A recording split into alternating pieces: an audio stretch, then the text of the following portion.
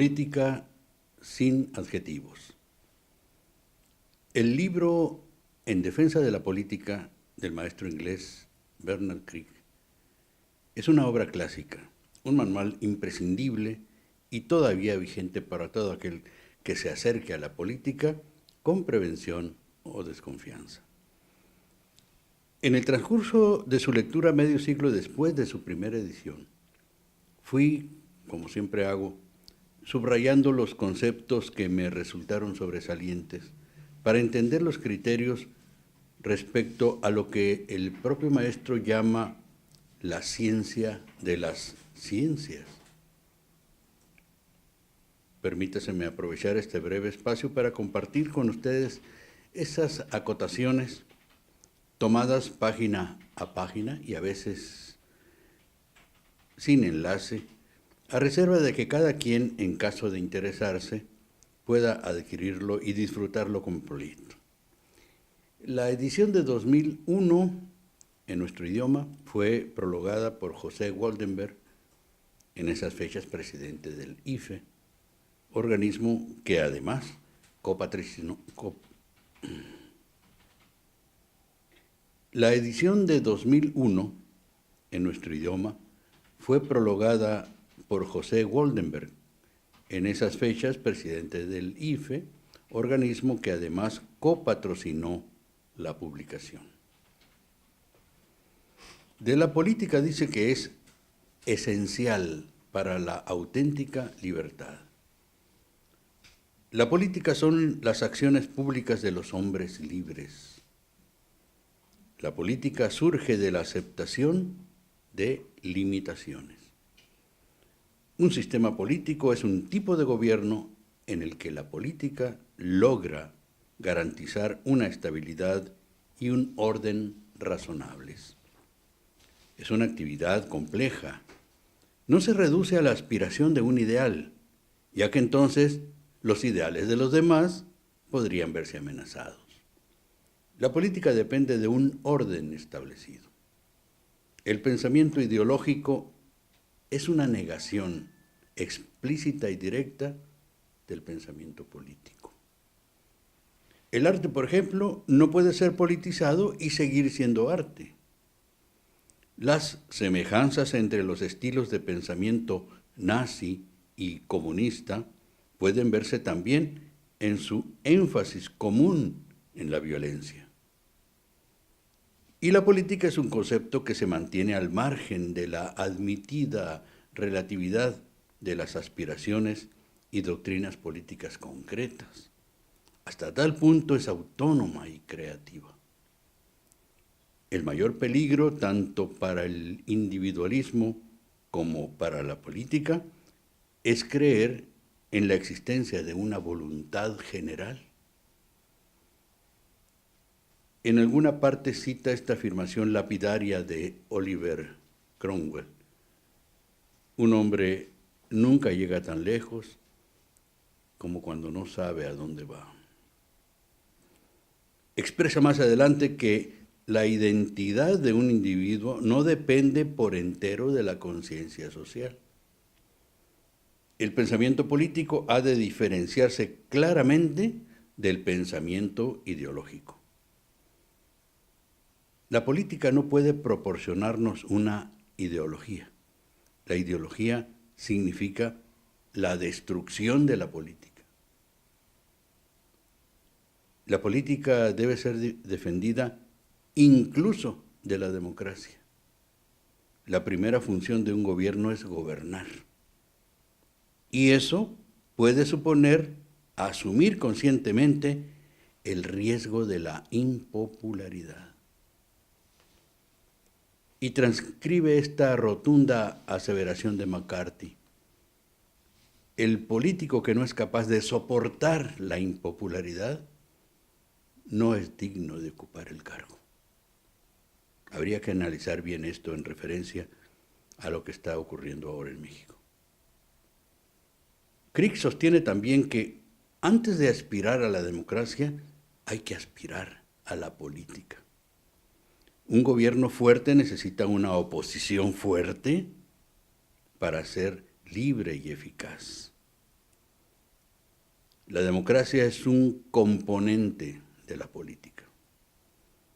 El racismo es un mito sobre el cuerpo cuya expresión es pseudocientífica.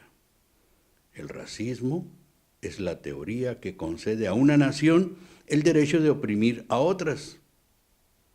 El nacionalismo no es un prerequisito para la unidad nacional. Advierte que una política de venganza no es política. El poder político implica una limitación de poder. Los que hablan de los beneficios de la ciencia en realidad suelen referirse a la tecnología. Y muchos parecen creer que la administración pública debería llevar una existencia separada de la política, porque se trata de una actividad puramente técnica. La clase que consigue incrementar la producción gana poder.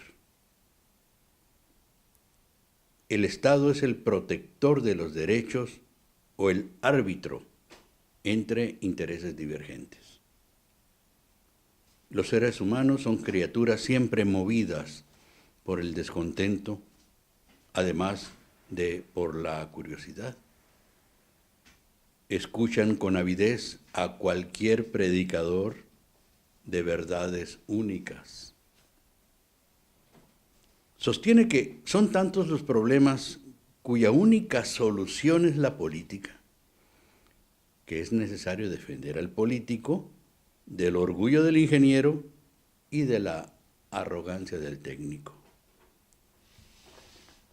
Cualquier principio inamovible es antipolítico. Gobernar bien significa gobernar con la mente puesta en los intereses de los gobernados. Y el único método seguro de averiguar cuáles son esos intereses es dándoles representación en un cuerpo políticamente soberano. Para que un gobierno sea fuerte, la política ha de extenderse hasta involucrar a la misma base de la sociedad. Si el gobierno ha de gobernar, no hay excusa para que gobierne mal. La revolución es, sin duda, la destrucción de la política, no una forma de política acelerada. El doctrinario en el poder, poco importa lo que escriba o diga en su pretencioso lenguaje, porque lo que interesa ver es qué hace en la práctica. La política es un diálogo con la tradición. Lo que mantiene unido un Estado libre no es la voluntad general ni el interés común, sino la misma política. Los estados sobreviven solo mediante la continua adaptación a circunstancias cambiantes. El individualismo no es una doctrina política. De la simple y magnífica realidad de la identidad individual no se deriva ningún estilo de gobierno concreto. La sociedad no es un grupo, como los grupos que la integran. Y si en ella hay conexión entre las partes, esa conexión es producto de la política. Nada puede estar completamente al margen de la política.